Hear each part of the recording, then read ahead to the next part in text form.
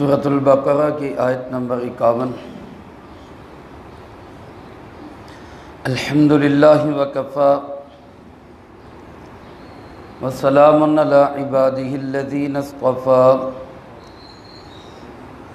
خصوصاً علی سید الرسل وخاتم الانبیاء وعلی آلہ واصحابہ الاتقیاء۔ اما بعد فاعوذ باللہ من الشیطان الرجیم، بسم اللہ الرحمن الرحیم۔ وَإِذْ وَاعَدْنَا مُوسَىٰ 40 لَيْلَةً ثُمَّ اتَّخَذْتُمُ الْعِجْلَ مِن بَعْدِهِ وَأَنْتُمْ ظَالِمُونَ، ثم عفونا عنكم من بعد ذلك لعلكم تشكرون۔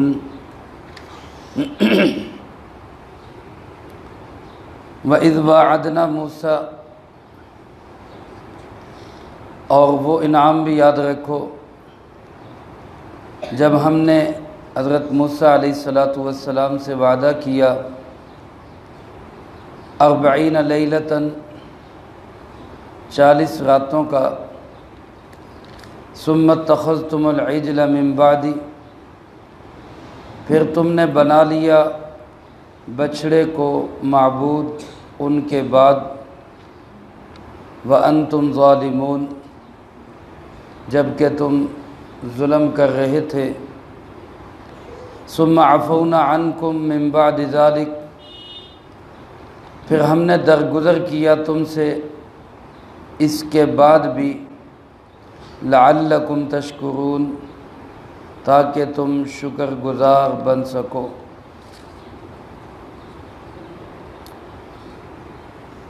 اس آیت مبارکہ میں اللہ رب العالمین نے بنی اسرائیل کو جو انعامات یاد دلائے ہیں ان میں سے چوتھے انعام کا ذکر ہے۔ بحر قلزم میں جب فرعون کا لشکر غرق ہو گیا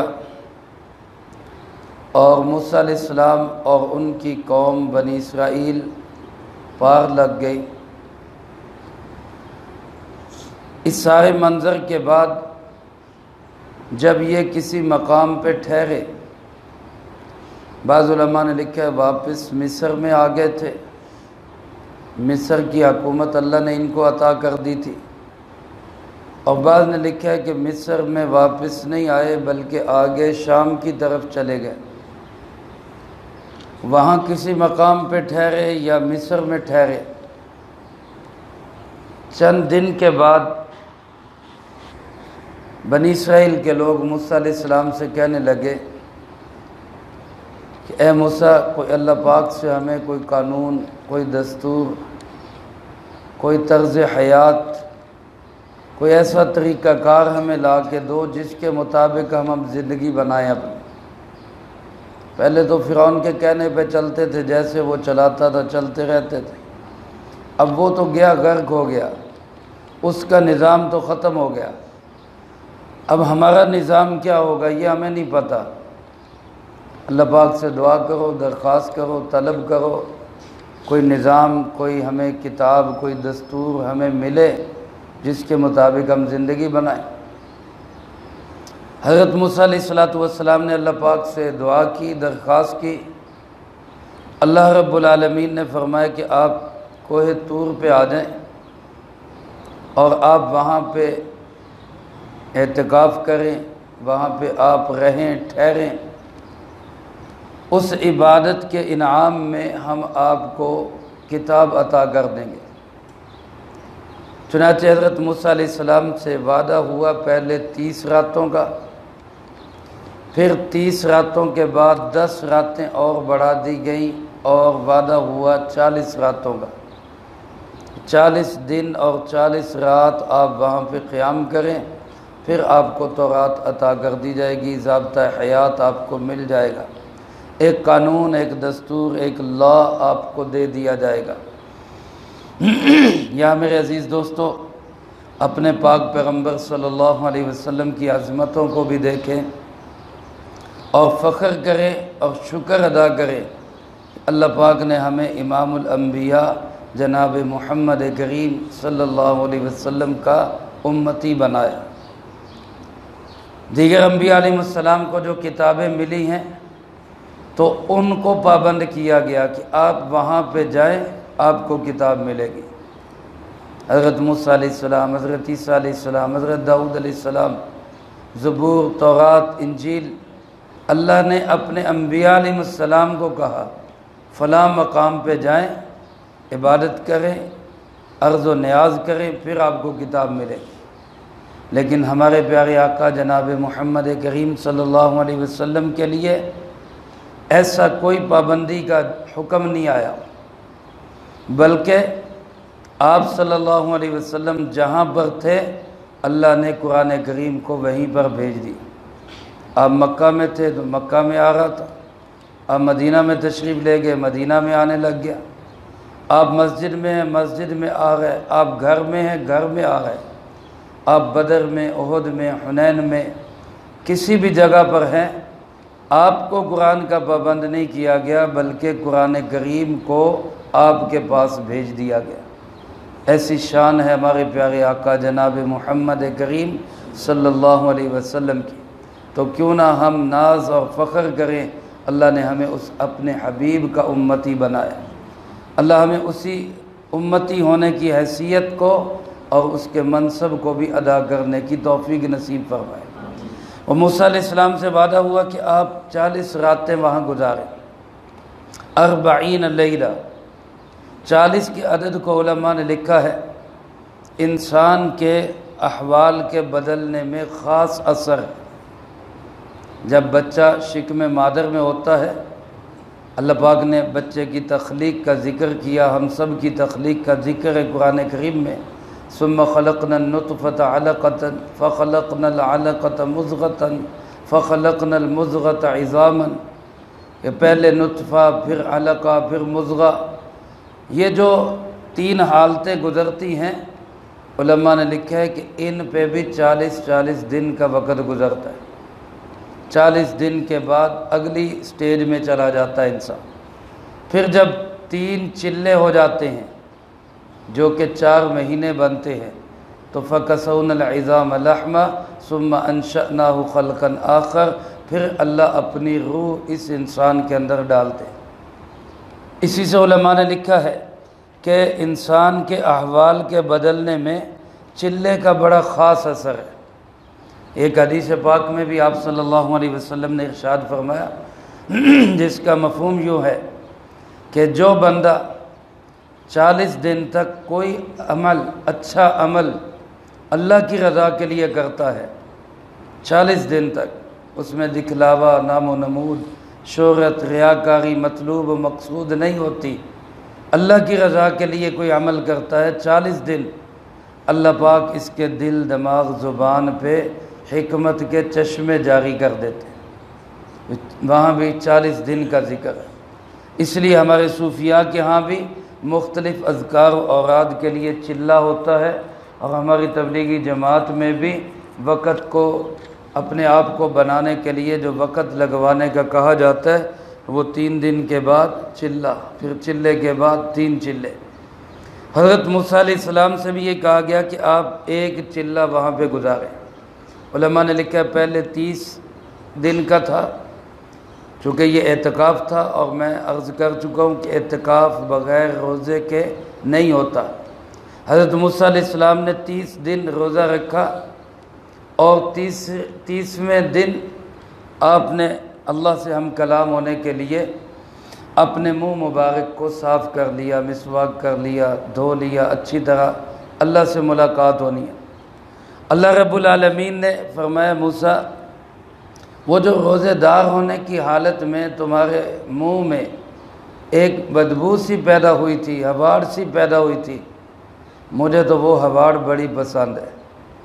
حدیث پاک میں بھی آتا ہے نا، روزے دار کے منہ کی بو اللہ کو کستوری اور مشک سے زیادہ اللہ کو پسند آتی ہے۔ تو موسیٰ علیہ السلام کو حکم دیا گیا کہ آپ نے وہ کیوں دھو لیا؟ اب آپ ایسا کریں کہ 10 راتیں 10 دن اور اعتکاف کریں، وہ منہ کے اندر وہ پیدا ہو جائے تو پھر آپ میرے پاس آئیں۔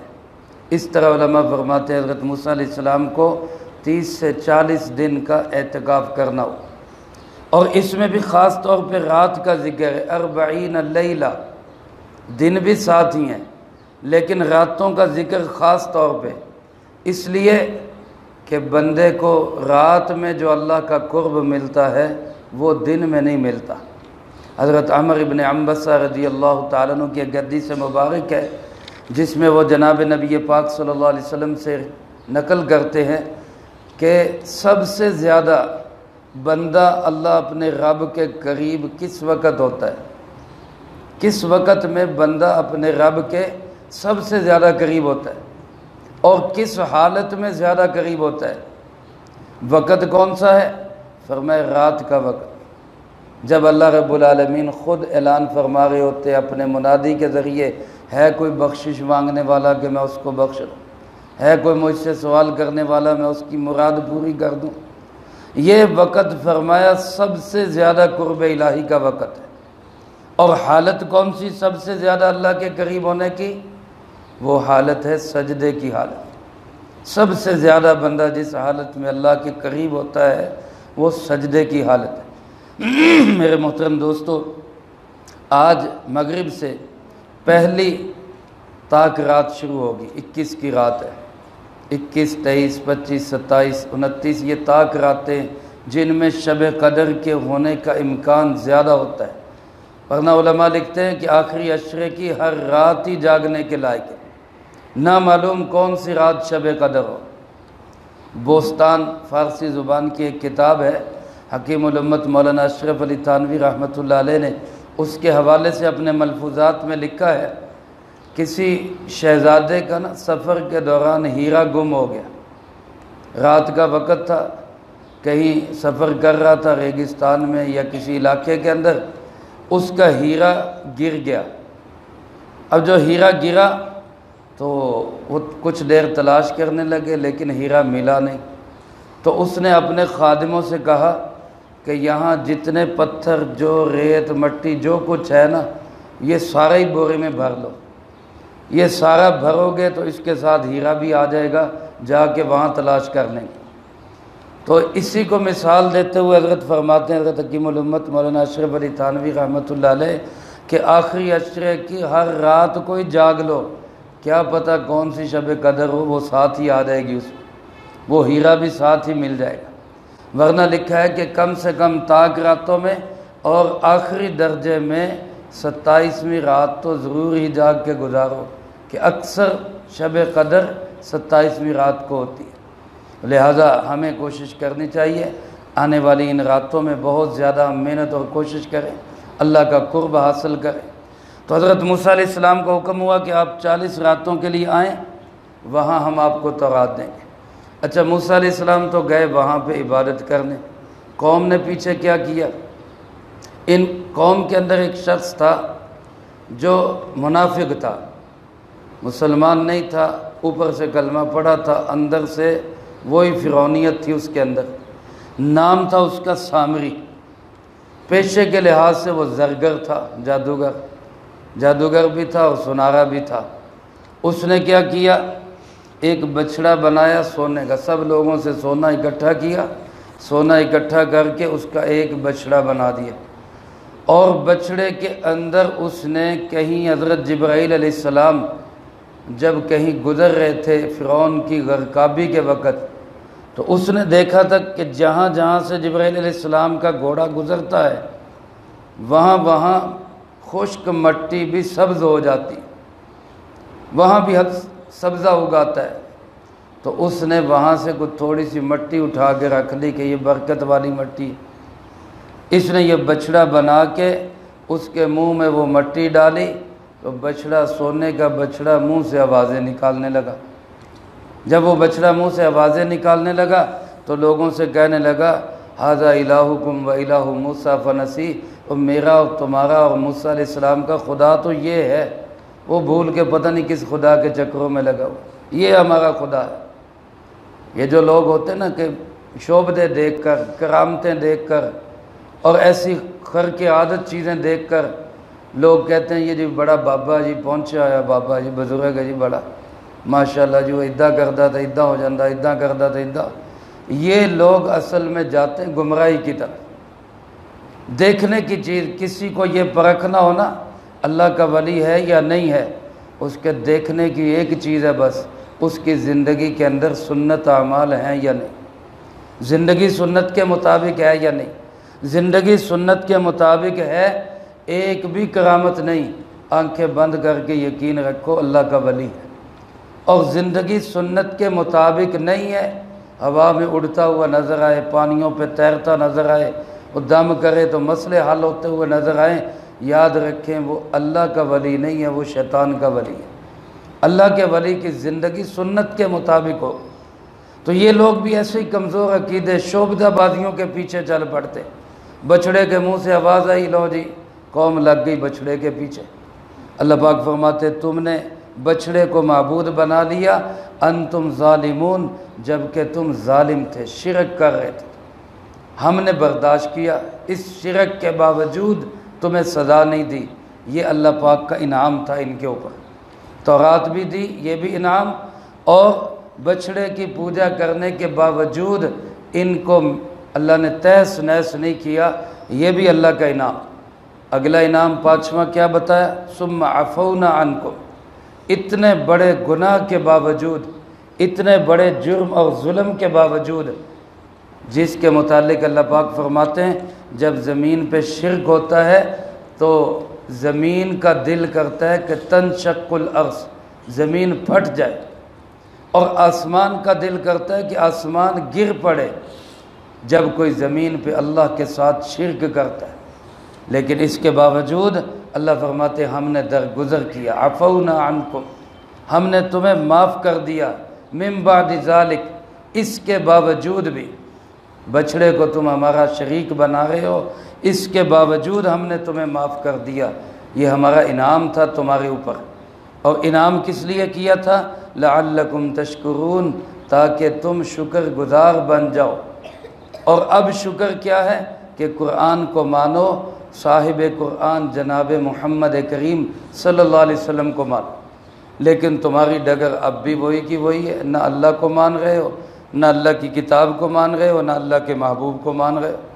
تو تمہارے باپ دادوں پہ جیسے ہم نے احسانات کیے، جو کہ احسانات اصل میں تم پر ہیں، تو ان احسانات کا ہی تقاضا یہ تھا کہ تم اس محسن کی بات کو مان لیتے۔